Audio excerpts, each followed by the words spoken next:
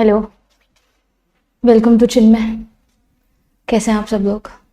बढ़िया, ठीक है। चले, मेरा नाम आई एम पूर्वा और इकोनॉमिक्स फैकल्टी। पता चल ही गया होगा कि इकोनॉमिक्स की क्लास है। और सरप्राइजिंगली हमारा पेपर एमसीक्यू नहीं रह के सब्जेक्टिव हो गया है। तो पहले उसी के बारे में बात करते हैं, फिर अपन अपने चैप्टर के बारे में चलेंगे, ठीक है?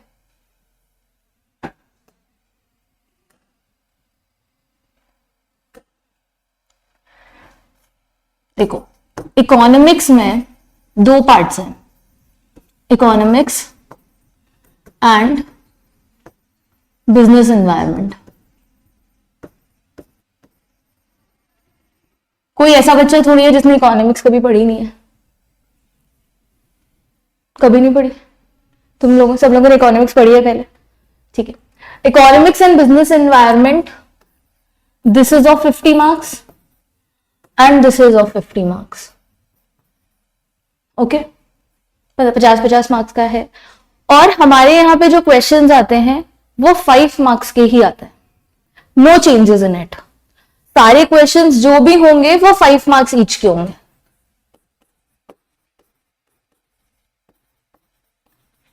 ठीक है? इकोनॉमिक्स की बात करते हैं पहले। क्वेश्चन नंबर 1 जो होगा that will be compulsory. Question number 1 will be compulsory. 4 questions into 5. 4 questions into 5 marks, that will constitute 20 marks. Okay. Then we have question number 2, question number 3, question number 4. From these 3, you have to attempt only 2.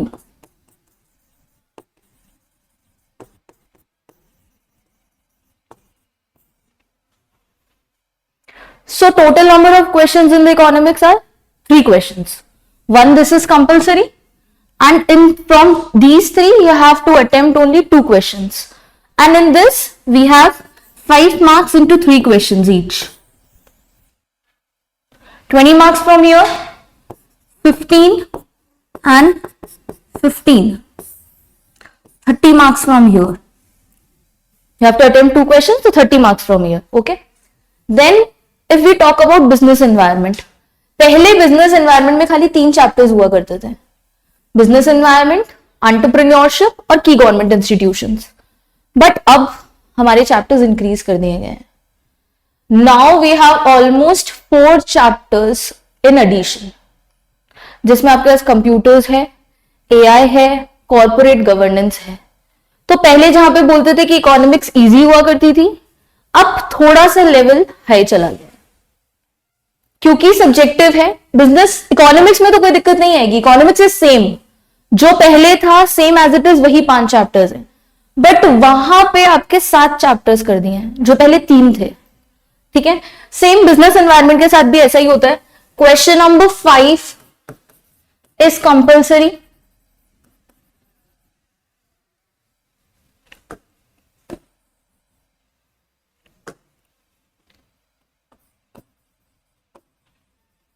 Okay, 5 marks into 4 questions.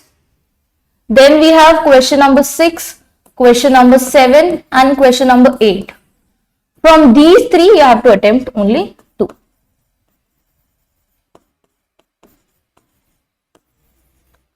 And the same 5 into 3 is 15. Okay. अगर कोई मुझसे पूछे कि ma'am MCQs ज्यादा easy थे या subjective ज्यादा easy था, तो मैं फेवर करूंगी सब्जेक्टिव को, क्योंकि एमसीक्यूज में से इकोनॉमिक्स में जब हमने पिछली बार पढ़ा था इतना डेटा, मतलब आप ये सोचो कि बजट में हम लोगों ने ऑलमोस्ट सारा डेटा पढ़ा है जितना बजट आया है, तो हम ये अज्यूम नहीं कर सकते थे कि एमसीक्यूज कहां से बन जाएगा. बट सब्जेक्टिव में हम ये अज्यूम कर सकते हैं. क्लास 12 सब पढ़ के आए हैं, इकोनॉमिक्स का पेपर सब देकर आए हैं. आपके टीचर्स, जो भी रिस्पेक्टिव टीचर्स थे, आप लोगों को नंबर ऑफ क्वेश्चंस बताए होंगे, ये आने के चांसेस होते हैं और ऑलमोस्ट वहीं से पेपर आता है. यहां पे भी वही सीन है. ऑलमोस्ट चीजें हमें पता होती है कि सब्जेक्टिव में ये ही क्वेश्चंस बनेंगे और वहीं से पेपर आएगा. तो मेरे अकॉर्डिंग तो पेपर का लेवल इजी हो गया. हाँ, मैं ये कह सकती हूँ कि टॉपिक्स थोड़े वाइड है, बहुत सारी चीजें, सिंस हमारे पास टाइम कम है बिकॉज जून अटेम्प्ट देना है, ठीक है, बट पेपर इजी हो गया है। और सबसे बड़ी बात, हमारे पास क्वेश्चन खाली 5 मार्क्स का है, तो फिर पहले तो हमने टॉपिक्स वैसे ही छांट लिए कि सब्जेक्टिव के तरीके से आएंगे, उसके बाद में टॉपिक्स हमने और छांट लिए क्योंकि 5 मार्क्स के हिसाब से आएगा। 5 मार्क्स में अगर कोई टॉपिक आएगा तो मतलब वो बड़ा टॉपिक ही होगा, छोटा टॉपिक डेफिनेशंस नहीं दे सकते वो लोग 5 मार्क्स में, या तो 2 क्वेश्चंस को मर्ज करेंगे या फिर पूरा बड़ा पॉइंट पूरा बड़ा देंगे, तो उसको आप काम में ले सकते हैं, ठीक है। रटना नहीं है, रटोगे 300 पेज का मॉड्यूल है आपका, कंपाइलर्स में हम थोड़ा छोटा कर सकते हैं बट है तो 300 पेज का कंपाइलर मॉड्यूल आपका, हम रटेंगे नहीं, हम समझेंगे उस चीज को, क्योंकि इकोनॉमिक्स में समझ के काम चल सकता है, क्योंकि वहां पे सब्जेक्टिव लिखना है, आप रटोगे तो याद नहीं रह पाएगा, ठीक है। हम समझते हुए चलेंगे, चैप्टर नंबर 1 शुरू करेंगे, जितना जितना मैं करवाती जाऊं, शाम को क्लास में, शाम को घर पे उतना उतना रिवाइज करते जाना, बिकॉज हमारे पास टाइम नहीं है, ये मैं आपको डे 1 पे बोल रही हूँ। और इकोनॉमिक्स का सिलेबस बहुत वाइड है, let's think we have 12 chapters and we have almost 1.5 month or we can say 2 months, not wholly 2 months। तो मैं कितना टाइम एक चैप्टर को देती हूँ, ऑलमोस्ट 3 to 4 days, और मेरे पास 12 चैप्टर्स हैं, तो हम लोगों के पास ज्यादा टाइम नहीं है, we have to give June attempt, और हमें खाली पास नहीं होना, हमें रैंक लानी है, तो हम तैयारी उस तरीके से करेंगे, पास तो सब हो जाता है, हमें रैंक पे फोकस करना है, ठीक है। चले, चलो, सबसे पहला चैप्टर जो सब बच्चों का बहुत फेवरेट चैप्टर भी होता है, theory of demand and supply.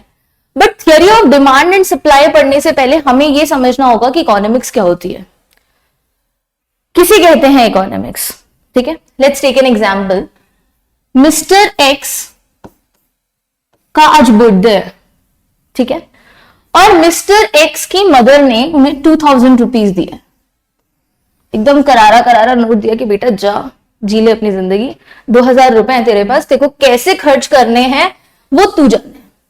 अब हमारी जो वांट्स होती है ना, वो बहुत सारी होती है, हम चाहें तो तारों को जमीन पे ले आए, हमारी वांट्स है, कुछ भी सोच सकते हैं ना, कोई आदमी कुछ भी सोच सकता है, यार मेरे पास जी वैगन आ जाए, यार मेरे पास राडो की वॉच आ जाए, यार मैं क्या बोलते हैं ना कहीं तो मस्त शॉपिंग कराऊं, दुबई घुमाऊं, सबकी वांट्स है, और मैं तो सपने तो कितने भी देख सकती हूँ, कोई मना ही नहीं है, कोई नहीं रोक सकता मुझे, कोई टैक्स नहीं लगता उसमें।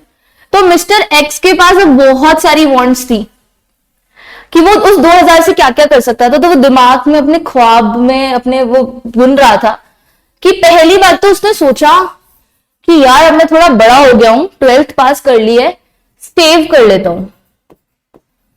बट ये जो सेव करने का दिमाग में आया ना, वो एक मिनी सेकेंड्स का था कि सेव कर लेता हूं, वो मिनी सेकेंड्स में ही रह गया खाली, बाद में दिमाग पार्टी पे चला गया, भाई शाम को फ्रेंड्स है ना जान खा जाएंगे, पार्टी तो देनी पड़ेगी ना, बिना उनके तो उसके तो काम ही नहीं चल सकता, बर्थडे अधूरा है। तो उसने सोचा कि चल कोई बात नहीं, मैं फ्रेंड्स के पास चला जाता हूं और फ्रेंड्स को क्या दे देता हूं, पार्टी दे देता हूं। अब मिस्टर एक्स आज के जेनजीज हैं, गर्लफ्रेंड तो होगी होगी, उसको भी तो पार्टी देनी होगी, उसको भी तो डेट पे ले जाना होगा। अब वो फ्रेंड्स को दे या गर्लफ्रेंड के पास जाए, टाइम भी लिमिटेड, अगला आदमी तो बर्थडे तो एक दिन के लिए आता है, 4 दिनों के लिए थोड़ी आता है, एक दिन में ही सबके लिए टाइम निकालना पड़ेगा। तो उसने सोचा यार मैं गर्लफ्रेंड के पास भी जा सकता हूँ, बट फ्रेंड्स तो बहुत सारे हैं, 4-5 फ्रेंड्स हैं, गर्लफ्रेंड तो एक ही है, उसके पास भी जा सकता हूँ। फिर उसने चौथा ऑप्शन सोचा कि एक काम करता हूं, 500 रुपए सेव कर लेता हूं, 500 रुपए फ्रेंड्स के साथ चला जाता हूं, और 500 रुपए और सॉरी 1000 रुपीज गर्लफ्रेंड के साथ चला जाता हूं। सबका कॉम्बिनेशन बना लिया उसने साथ में, ठीक है। अब ये जो 2000 रुपीज थे, ये क्या था, रिसोर्सेस थे, और रिसोर्सेस क्या होता है, लिमिटेड होता है। 2000 रुपए क्या है, लिमिटेड है मेरे पास, मैं इसको बढ़ा नहीं सकती, मम्मी ने मुझे 2000 ही रुपए दिया, अगर मैंने उनसे और ज्यादा मांगे तो थप्पड़ मारेगी मुझे कि दे रही है ना तेरे को 2000 रुपए, बहुत है इतने। तो रिसोर्सेस क्या है, लिमिटेड है, और वांट्स क्या है, अनलिमिटेड है।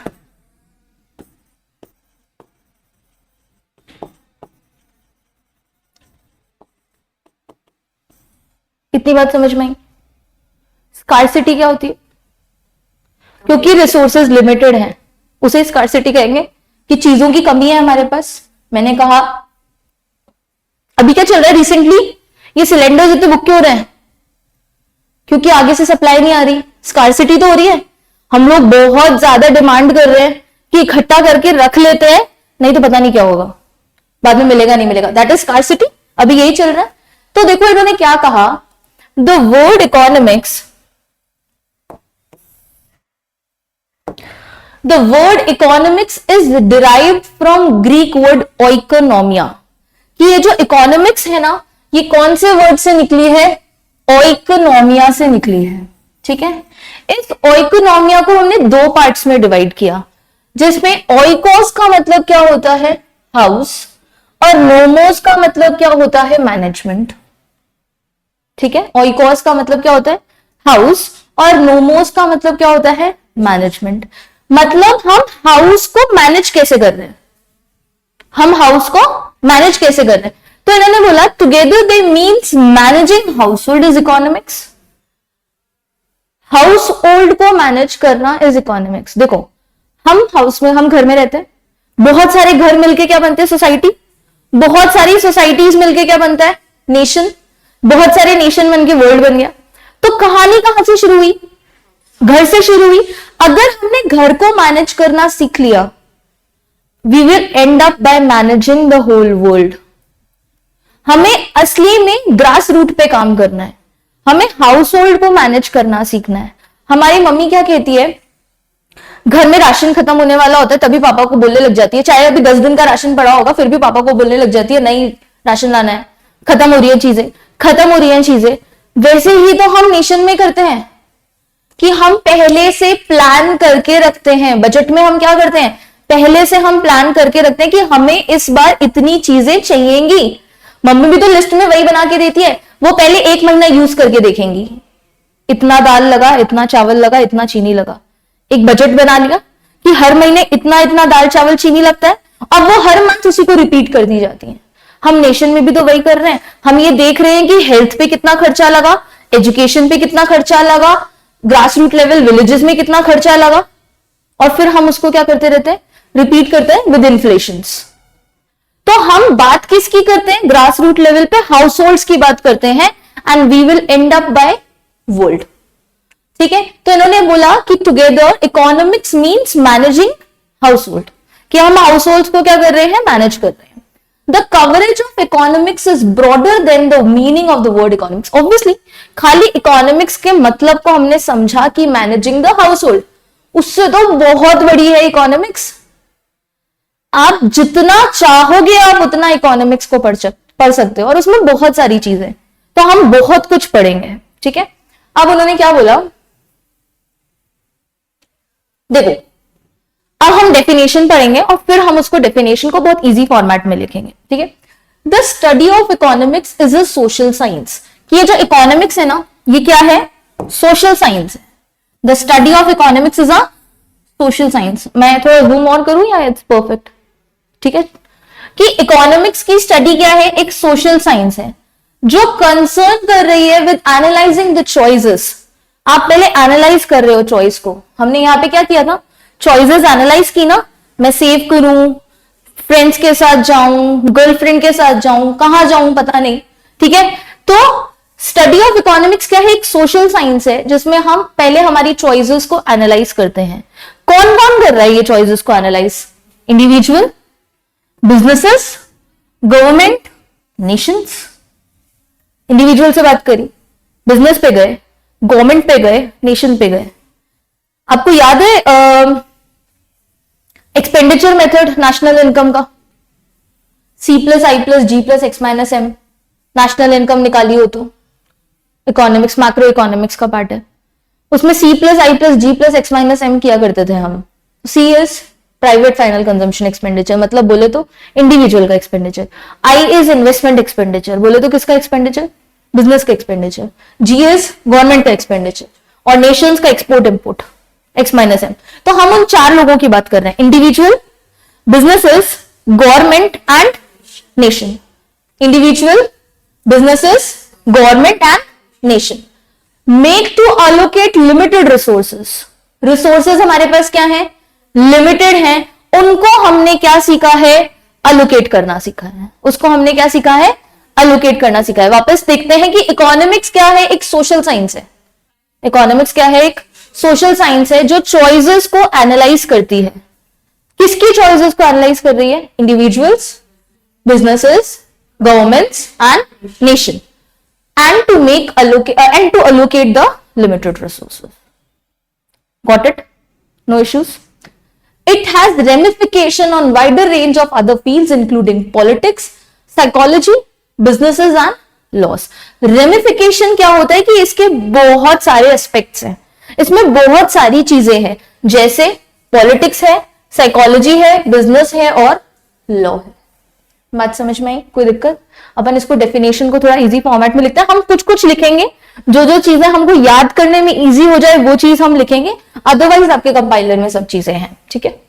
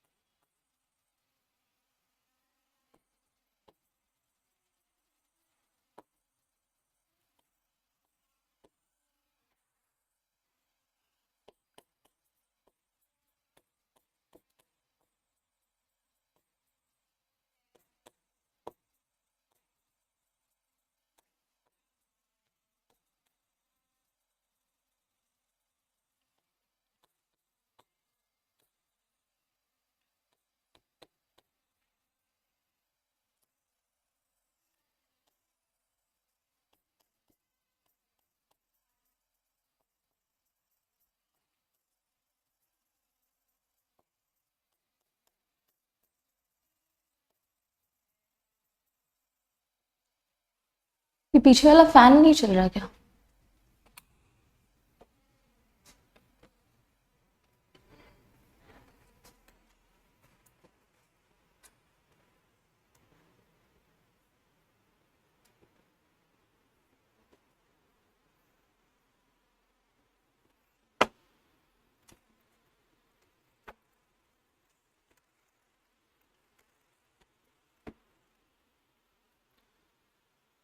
हम लोग ऐसे फॉर्म में इसलिए लिखेंगे जिससे याद करने में थोड़ा इजी हो जाए, चार्ट्स फॉर्म में, क्योंकि पैराग्राफ्स याद करने में थोड़ा मुश्किल होता है as compare to charts form में। ठीक है, चले, लिख लिया सबने? चलो, अब हम बात करेंगे कि इकोनॉमिक्स पढ़नी जरूरी क्यों है, क्यों हम इकोनॉमिक्स पढ़ रहे हैं, क्या नीड है इकोनॉमिक्स को पढ़ने की। ठीक है, सबसे पहले क्या बोलता है economics for citizenships. Economics for citizenship क्या कहता है ये सुनो। Solution to the most of the problem we confront in day to day life have political aspect. हम कोई भी सोल्यूशंस ढूंढ रहे होते हैं आज की प्रॉब्लम का, उसका कुछ ना कुछ पॉलिटिकल एस्पेक्ट होता है। आज हम सिलेंडर्स वाला बात कर रहे हैं, उसका कुछ पॉलिटिकल एस्पेक्ट है, क्योंकि वहां पे वॉर चल रहा है, इसके वजह से आ नहीं पा रही चीजें, तो वो पॉलिटिकल एस्पेक्ट हो गया। या फिर हम कोरोना के टाइम की बात करते हैं, अगर हम कोरोना के टाइम पे सिलेंडर्स की बात करते थे, ऑक्सीजन सिलेंडर्स की बात करते थे, सैनिटाइजर्स की बात करते थे, वो क्यों नहीं हो रहा था, पॉलिटिकल एस्पेक्ट है। हम हमारे एजुकेशन की बात करते हैं, अभी रिसेंटली क्लास 9, क्लास 11, क्लास 10 के बहुत सारे सिलेबस चेंज हुए या फिर 2 बार बोर्ड्स हो रहे हैं, वो क्या है, पॉलिटिकल एस्पेक्ट है, लॉज बन रहे हैं। तो कोई भी प्रॉब्लम हम सॉल्व करते हैं उसका क्या होता है, पॉलिटिकल एस्पेक्ट्स होते हैं। And majority of the political problems are resolve through economic strategies and planning. एक बात बताओ, हमारे जो मिनिस्टर्स हैं क्या वो इतने पढ़े लिखे हैं कि डिसीजंस ले सकते हैं?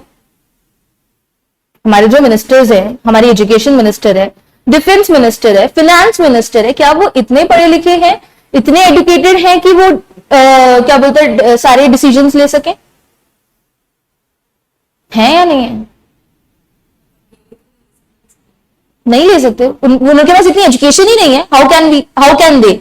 उनको बोलते हैं पॉलिटिकल एग्जीक्यूटिव्स। वो खुद डिसीजन नहीं ले सकते, उनके पीछे बहुत बड़ी टीम होती है, और वो जो टीम होती है वो एजुकेटेड होती है, वो डिसीजंस लेती है, उस मिनिस्टर से पूछती है आपको सही लग रहा है नहीं कर रहा है, और उसको एक साइन करना होता है। असली में स्ट्रैटेजीज और प्लानिंग कौन कर रहा है? Those educated persons. ठीक है, वो कौन होते हैं? इकोनॉमिक स्ट्रैटेजिस्ट होते हैं, इकोनॉमिक प्लानर्स होते हैं।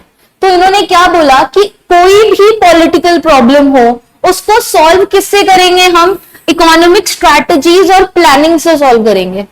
किससे सॉल्व करेंगे? इकोनॉमिक स्ट्रैटेजीज और प्लानिंग से सॉल्व करेंगे।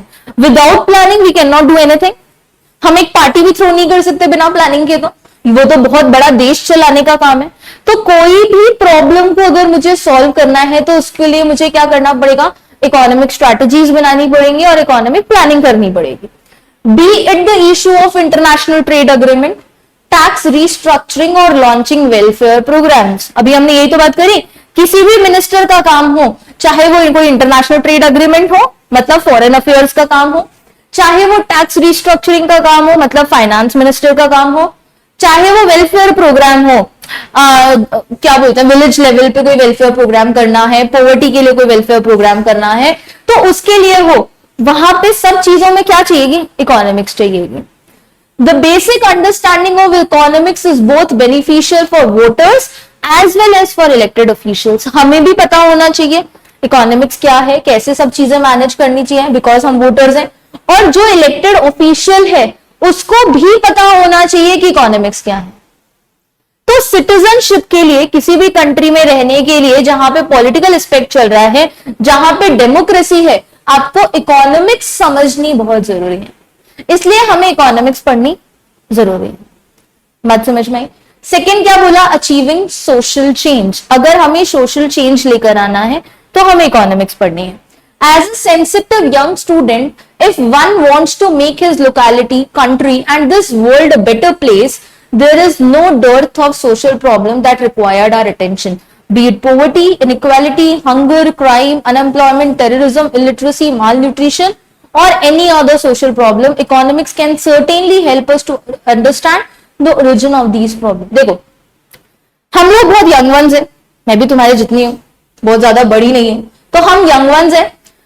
अब हम जो लोग हैं उन लोगों को ना हमारा खून बहुत जल्दी खुलता है। अगर कोई चीज हम गलत देख लेते हैं हमको लगता है नहीं हमें इसको सही करना ही है, नहीं हमें इसको सही करना है, क्योंकि हमारे अंदर पेशेंस नहीं होता। तो अगर मैं किसी ऐसी सोसाइटी में हूं जहां पे इन चेंजेस को करने की बहुत ज्यादा जरूरत है, जैसे क्या क्या चीजें हैं? पॉवर्टी, इनइक्वालिटी, हम कहीं पे भी इनइक्वालिटी देख लेते हैं, गर्ल्स बॉयज में इनइक्वालिटी कर रहे हैं या फिर रिच और पुअर में इनइक्वालिटी कर रहे हैं, तो हमारे खून खोलने लग जाए, भाई क्यों ऐसा क्यों कर रहे हो आप लोग, हमारा ऐसा होने लग जाता है ना। तो अगर हम इन सोशल प्रॉब्लम्स को चेंज करना चाहते हैं तो हमें क्या करना पड़ेगा? इनके कॉज को देखना पड़ेगा कि ये हो क्यों रहे हैं, क्यों अनएम्प्लॉयमेंट हो रहा है, क्यों पॉवर्टी हो रही है, क्यों इनइक्वालिटी हो रही है। हमें कहां जाना पड़ेगा? इसके कॉजेस पे जाना पड़ेगा, और उनके कॉजेस पे जाने के लिए हमें क्या पढ़नी पड़ेगी? इकोनॉमिक्स पढ़नी पड़ेगी। अगर हम कोई सोशल चेंज चाहते हैं तो सोशल चेंज के लिए हमको उसके कॉजेस पे जाना पड़ेगा, और कॉजेस पे जाने के लिए हमें उसे इकोनॉमिक्स में लाना पड़ेगा। ठीक है, हमें देखना पड़ेगा पहले लोगों ने इसको कैसे सॉल्व किया, और पहले लोगों ने इसे कैसे सॉल्व किया वो कौन कवर करेगा? इकोनॉमिक्स कवर करेगी। ठीक है, तो क्या बोला? B it poverty, inequality, hunger, crime, unemployment, terrorism, illiteracy, malnutrition or any other social problem, economics can certainly help us to understand the origin of these problems, कि इसके प्रॉब्लम्स के ओरिजिनेशन क्या है, explain why previous efforts to solve them haven't succeeded. किसी ने तो पहले भी बात की होगी इसके बारे में, अपन कोई पहले लोग तो है नहीं कि हमने बात करी है इसके बारे में, किसी ने तो पहले भी बात करी होगी, और किसी ने जब इसके बारे में पहले बात करी होगी तो वो क्यों नहीं सक्सेसफुल हुआ? अगर वो सक्सेसफुल होता तो आज ये चीज होती नहीं। तो तो वो क्यों नहीं सक्सेसफुल हुआ, उससे हम और ज्यादा इफेक्टिव सॉल्यूशंस ला सकते हैं। मैंने एक पार्टी थ्रो करी, पार्टी अच्छी नहीं रही, अगर मैं ये ढूंढूंगी नहीं ये पार्टी क्यों नहीं अच्छी रही, तो मेरी अगली वाली पार्टी भी तो वैसी जाएगी। अपन लोगों ने कंट्रोलिंग पढ़ी बीएसटी में। कंट्रोलिंग का मतलब क्या होता है? डेविएशंस निकालना, कि क्यों वो चीज अच्छी नहीं हुई। डेविएशंस निकालना, जो मैंने प्लान किया था वो एक्चुअल के जैसा नहीं था, तो डेविएशंस निकालना। अगर मैं डेविएशंस नहीं निकालूंगी तो अगले वाले में भी तो वही डेविएशंस आएंगे। तो उन्होंने यही बोला कि आप पहले ये देखो कि क्या चेंजेस, क्या दिक्कत हुई थी, और फिर उसको सॉल्व करो। And that is all about economics. ठीक है, पहला पॉइंट हमने क्या पढ़ा? इकोनॉमिक फॉर सिटीजनशिप, कि पॉलिटिकल अरीना समझने के लिए हमें इकोनॉमिक्स में जाना पड़ेगा। दूसरा हमने क्या देखा? Achieving social change. थर्ड क्या है? Personal and professional development. Personal and professional development. Economics have been one of the most popular subject choice in leading colleges and universities in India at bachelor degree level of students intending to work in business. It also has been popular among students planning for career in law, politics, international law, industrial engineering and other profession only because it helped them in understanding their fields better and may affect their business.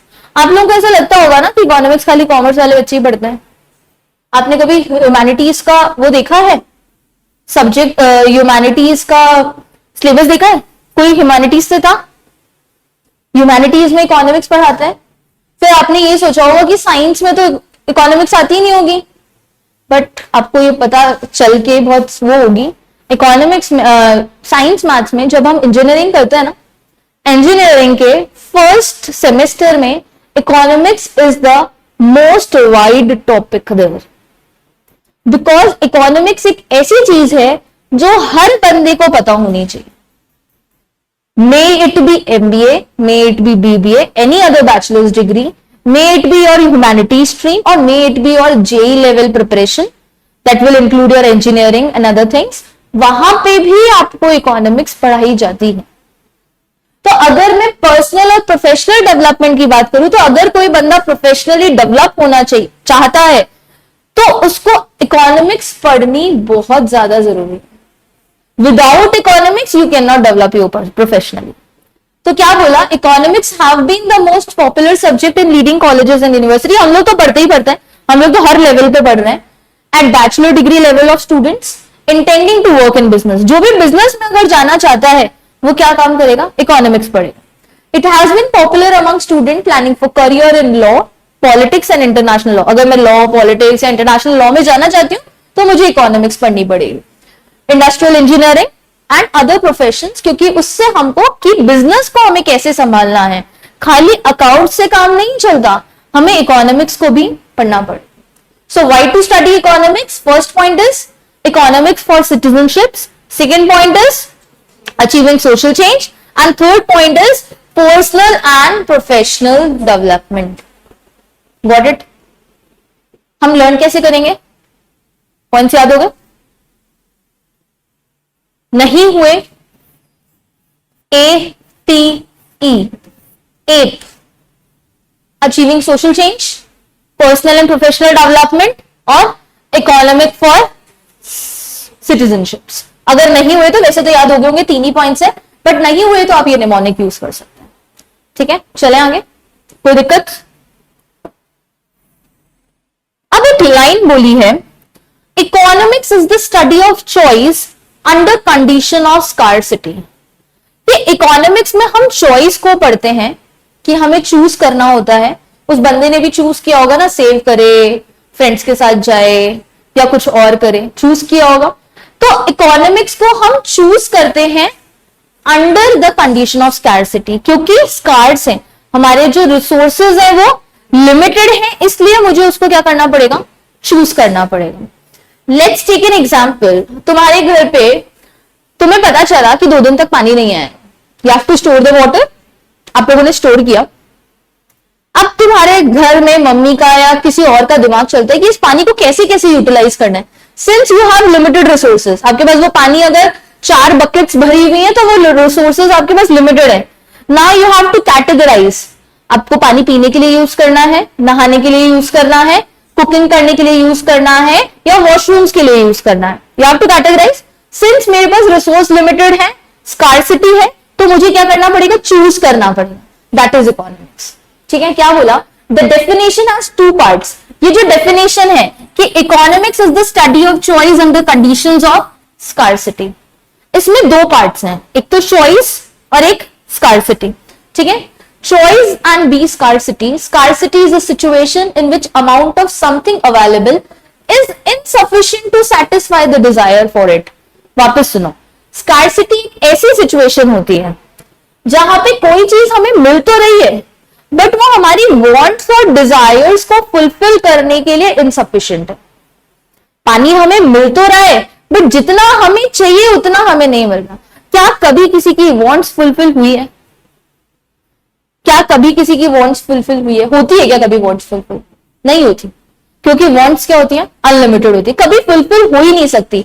हर चीज में, चाहे अपन कहते हैं ना यार, कोई कमाने की कोई हद होती है, आप करोड़ कमा लो, 2 करोड़ कमा लो, 100 करोड़ कमा लो, उसको वो चीज क्या लगेगी, कम ही लगेगी, क्योंकि रिसोर्सेस को हमेशा क्या माना गया है, लिमिटेड ही माना गया है। अगर मैं 100 करोड़ कमा रही हूं तो मुझे इच्छा 1000 करोड़ की होगी, अगर मैं 10 लाख कमा रही हूं तो मुझे इच्छा 100 लाख की होगी।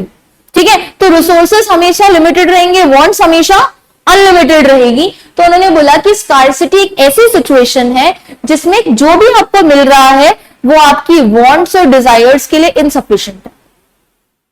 बात समझ में आए? Amount of something available is insufficient to satisfy the desire for it, कि हमारी जो डिजायर है उसके लिए सेटिस्फाइड, वो डिजायर हमारी सेटिस्फाई नहीं हो रही है उस चीज से। As an individual for instance we face scarcity of time and spending power. देखो, आपका कल एग्जाम है, शाम को 5 बजे आप घर पहुंचे, सुबह 10 बजे पेपर देने जाना है, आपके पास ऑलमोस्ट कितना घंटा रहा, 5 से 5 12, ऑलमोस्ट आपके पास 7-8 घंटे रहे। टाइम लिमिटेड है, you have to study the whole syllabus, तो टाइम वहां पे क्या हो गया, रिसोर्सेज हो गए। Time is limited, now you have to choose which subject I should go first और which part I should go first। तो उसने क्या बोला कि कभी आपको टाइम का स्कार्सिटी हो सकता है, कभी आपको स्पेंडिंग पावर का हो सकता है, कि आपके हाथ में कितना पैसा है उसकी भी तो स्कार्सिटी हो सकती है, मेरी परचेजिंग पावर जो होती है उसकी भी तो स्कार्सिटी हो सकती है। Given more of either we could have more of the goods and services that we desire, कि अगर मैं इनमें से कुछ भी ज्यादा दे दूं, या तो टाइम ज्यादा दे दूं या फिर मेरी परचेजिंग पावर को अगर ज्यादा कर दूं तो मैं ज्यादा गुड्स एंड सर्विसेज खरीद सकती हूँ। अगर आपको पता चले कि 10 बजे सुबह पेपर है और वो एकदम से पोस्टपोन होकर शाम को 5 बजे हो जाए, आप तो खड़े खड़े डांस करने लग जाओगे। क्यों? क्योंकि आपको लग रहा था सिलेबस तो कंप्लीट ही नहीं होगा। सिंस अब आपके रिसोर्सेज को थोड़ा बढ़ा दिया गया तो आप ज्यादा पढ़ सकते हो, या फिर अपन ने वो 4 बकेट्स भर के रखी हुई थी, पता चला शाम को ही पानी आ गया, अब तो मजे ही मजे। ठीक है, तो उन्होंने बोला कि given more of either we could have more of the goods and services that we desire. अगर हमें कोई रिसोर्सेज थोड़े और ज्यादा मिल गए तो हमें और चीजें ज्यादा मिल जाएगी जो हम उस रिसोर्सेज से खरीदना चाह रहे हैं। At any given point of time individual face numerous scarcities. आप यहां पे बैठे हो, आपने बहुत सारी स्कार्सिटीज फेस की होगी, एवरीबडी डू फेसेस इट, सबने स्कार्सिटी फेस करी है किसी भी चीज में। मेरे पास जितने भी पैसे होते हैं, अगर मेरे पास जेब में 10,000 रुपए हैं तो भी मुझे स्कार्सिटी लगेगी, क्योंकि हो सकता है कि मेरी डिजायर उससे फुलफिल ना हो। ठीक है, तो everybody faces numerous scarcities. There are so many things one might like to have. बहुत सारी चीजें होती है जो बंदे को चाहिए होती है, जैसे डान की car, branded clothes, stylish shoes, branded watches, sports equipment, studio apartments, independent bungalows, anything, lots of thing.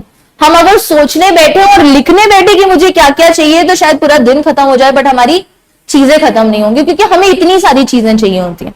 ठीक है, तो individual have unlimited wants, obviously individuals की अनलिमिटेड वांट्स होती है, but face the scarcity. But हम लोग क्या फेस करते हैं? स्कार्सिटी फेस करते हैं।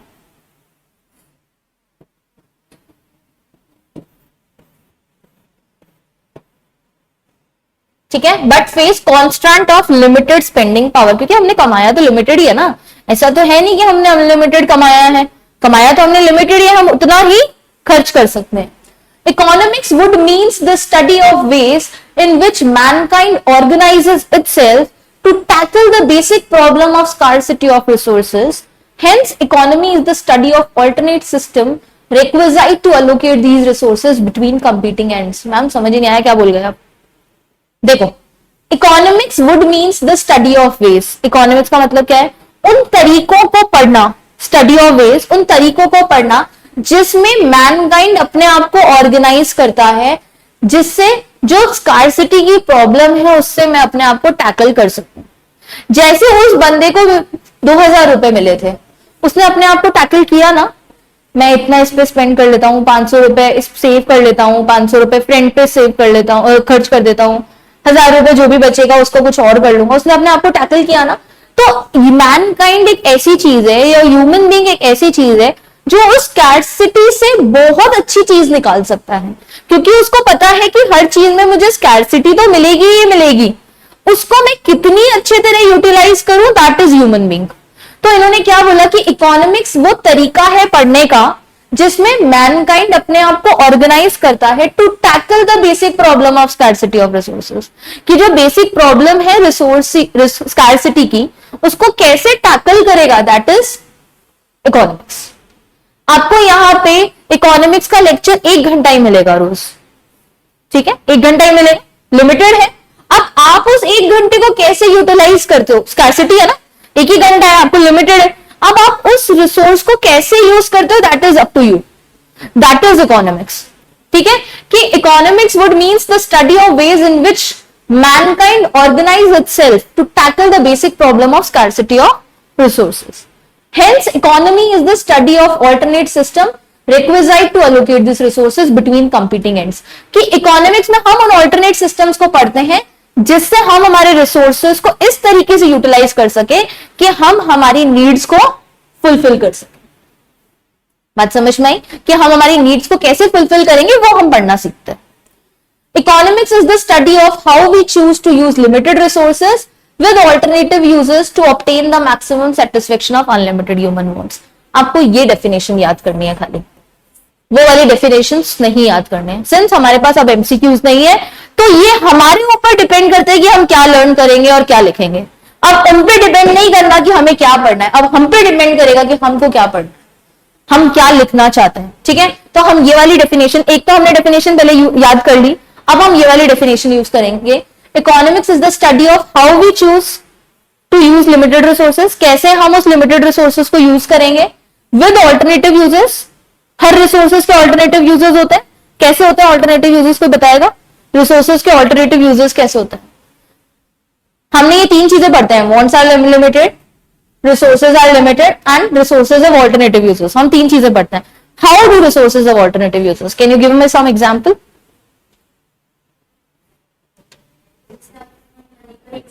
हाँ जी,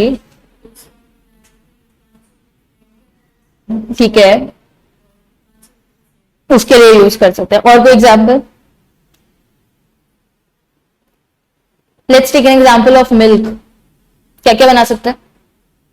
दही, छाछ, butter, cheese. Resources of alternative uses.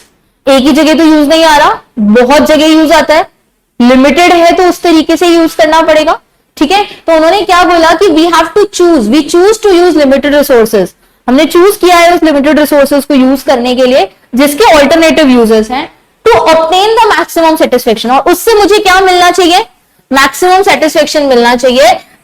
किसको मैक्सिमम सेटिस्फेक्शन? हमारी वांट्स को, जो क्या है, अनलिमिटेड है. इसमें सारी चीजें कवर हो गई जो हमने अभी तक पढ़ा. Study of how we choose to use limited resources with alternative uses to obtain the maximum satisfaction of unlimited human wants. Got it? ठीक है, चल.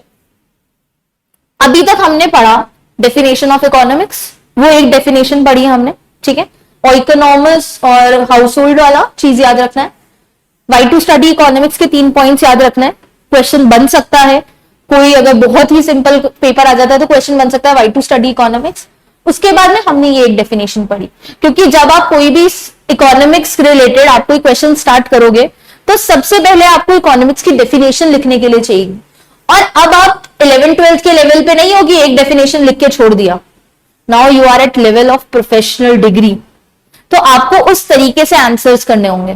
तो you should write 2 definitions at a point of time. तो आपके पास 2 definition हो गई, एक वो सोशल साइंस वाली डेफिनेशन और एक ये वाली डेफिनेशन. व्हाट इट, ये लिख लेते हैं बिकॉज अभी आपके पास नहीं होगी घर पे. ठीक है, एक बार ये लिख लेते हैं. वाई टू स्टडी इकोनॉमिक्स भी लिख लेते हैं. अभी आपके पास कंपाइलर्स नहीं होंगे ना घर पे लर्न करने के लिए, तो अपन पहले वाई टू स्टडी इकोनॉमिक्स लिख.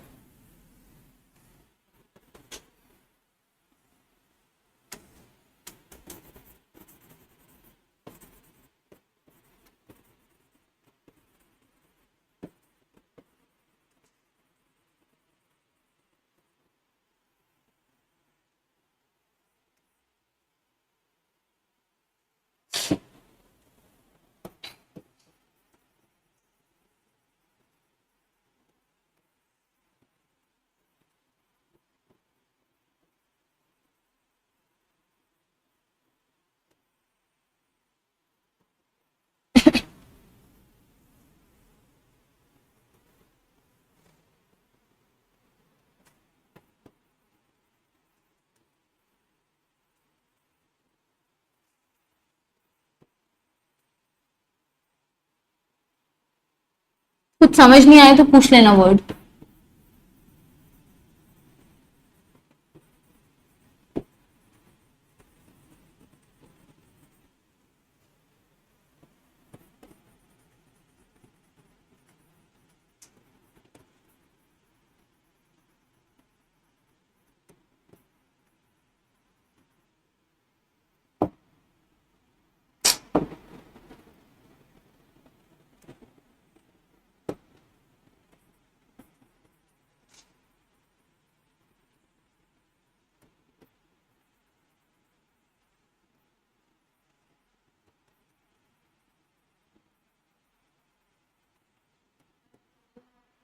रिजॉल्व.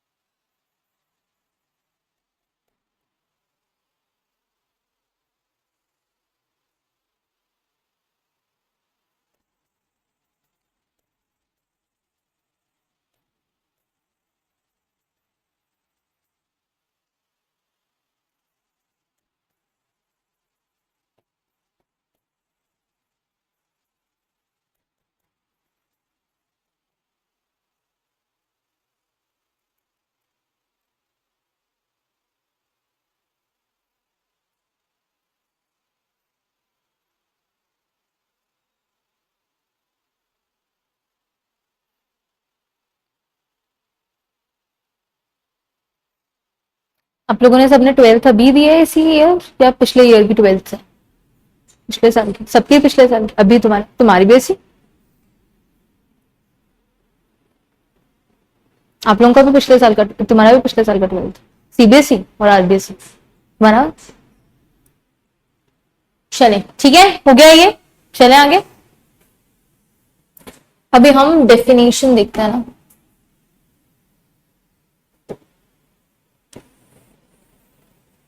एक काम करो, ये डेफिनेशन तो एज इट इज ही लिख लो, ये वाली डेफिनेशन।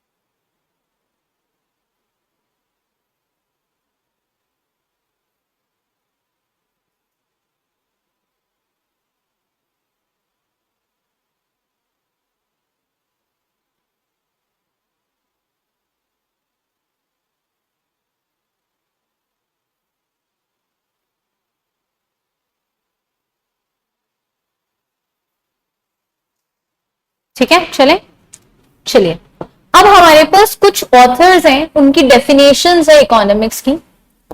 एक ऑथर की हम डेफिनेशन पढ़ लेते हैं, इतना ही टाइम बचा है हमारे पास। सबसे पहले हम, फादर ऑफ इकोनॉमिक्स कौन है? एडम स्मिथ, तो ऑब्वियसली उसी की डेफिनेशन सबसे पहले होगी। तो सबसे पहली जो डेफिनेशन है उसको हम बोलते हैं वेल्थ डेफिनेशन। वेल्थ का मतलब क्या होता है? हमारे पास क्या क्या चीजें हैं, हमारी वेल्थ क्या है, हमारे पास एसेट्स क्या क्या है, संपत्ति जिसको हम कहते हैं, एसेट्स क्या क्या है। तो वेल्थ डेफिनेशन ऑफ इकोनॉमिक्स किसने दी? एडम स्मिथ ने दी। ठीक है, जो हमारे फादर ऑफ इकोनॉमिक्स भी हैं।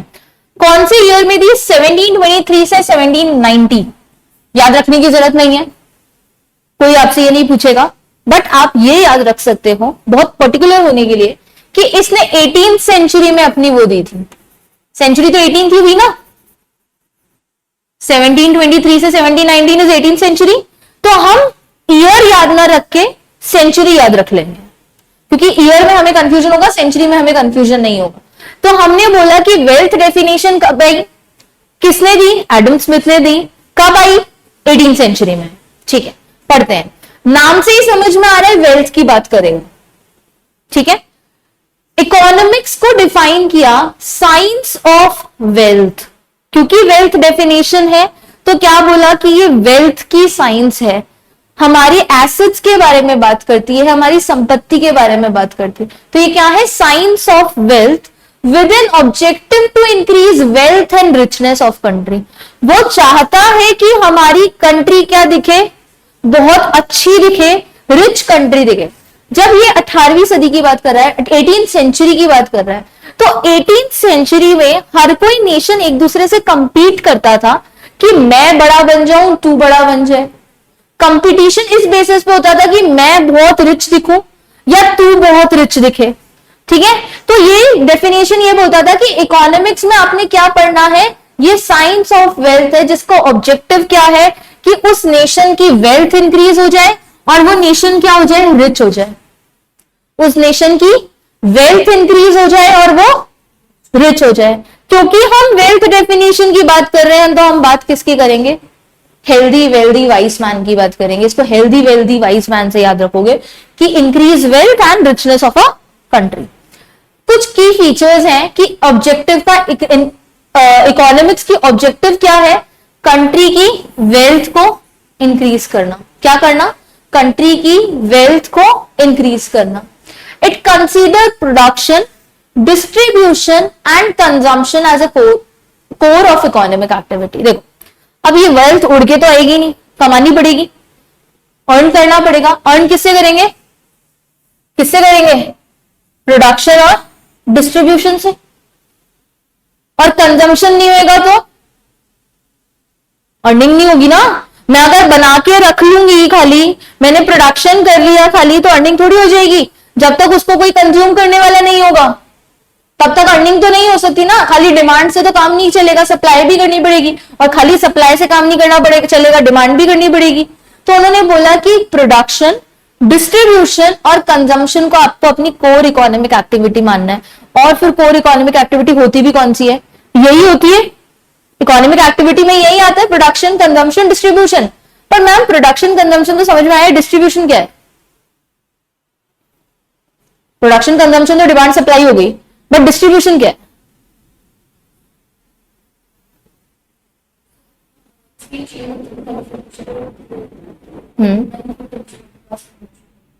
बट डिस्ट्रीब्यूशन इज रिटेलर्स, मतलब होलसेलर, रिटेलर और consumer, you are talking about that. Factors of production क्या होते हैं? 4 फैक्टर्स ऑफ प्रोडक्शन होते हैं, क्या क्या होते हैं?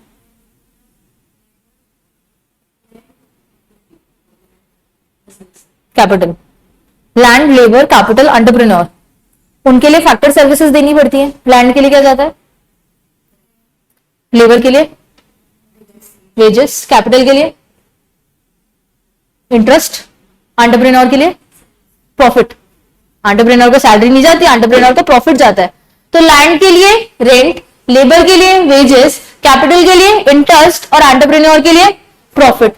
ये डिस्ट्रीब्यूट में तो करेंगे ना। हम अगर प्रोड्यूस करेंगे तो प्रोड्यूस करने में फैक्टर्स लगेंगे, और उन फैक्टर्स को डिस्ट्रीब्यूशन भी तो करना पड़ेगा, उनको पैसा भी तो देना पड़ेगा, उनको सैलरीज देनी पड़ेगी, वेजेस देनी पड़ेगी, लैंड जिसकी यूज करी उसको रेंट देना पड़ेगा। बंदे ने, अगर वो बिजनेसमैन है तो अपना कैपिटल लगाया है तो इंटरेस्ट देना पड़ेगा, या फिर वो बिजनेसमैन है तो उसको प्रॉफिट भी लगेगा। That is distribution. आपने सर्कुलर फ्लो ऑफ प्रोडक्शन पढ़ा होगा क्लास 12 में, नेशनल इनकम जब पढ़ते हैं उसमें हम 3 फेजेस पढ़ते हैं, डिस्पोजिशन, डिस्ट्रीब्यूशन एंड कंजम्पशन। ये वही है। डिस्ट्रीब्यूशन इज दैट थिंग कि हम फैक्टर सर्विसेज दे रहे हैं उनको। Factor services is wages, rent, interest and profit. Got it? ठीक है। तो हमने बोला प्रोडक्शन करा, डिस्ट्रीब्यूशन किया और कंजम्पशन किया।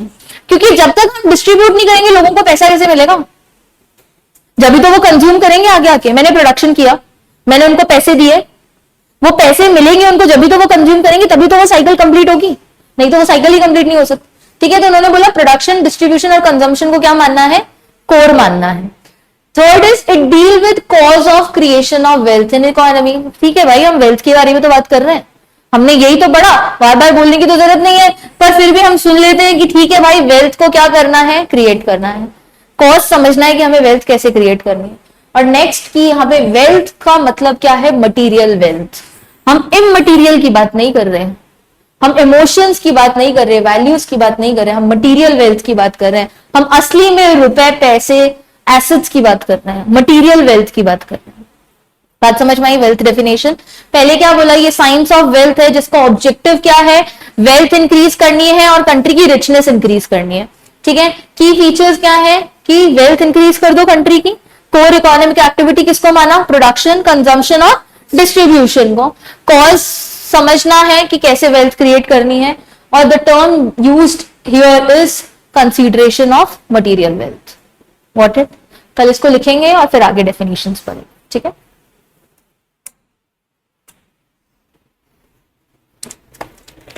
पढ़ के आना, याद करके आना, रोज रोज कर लोगे तो इजी रहेगा।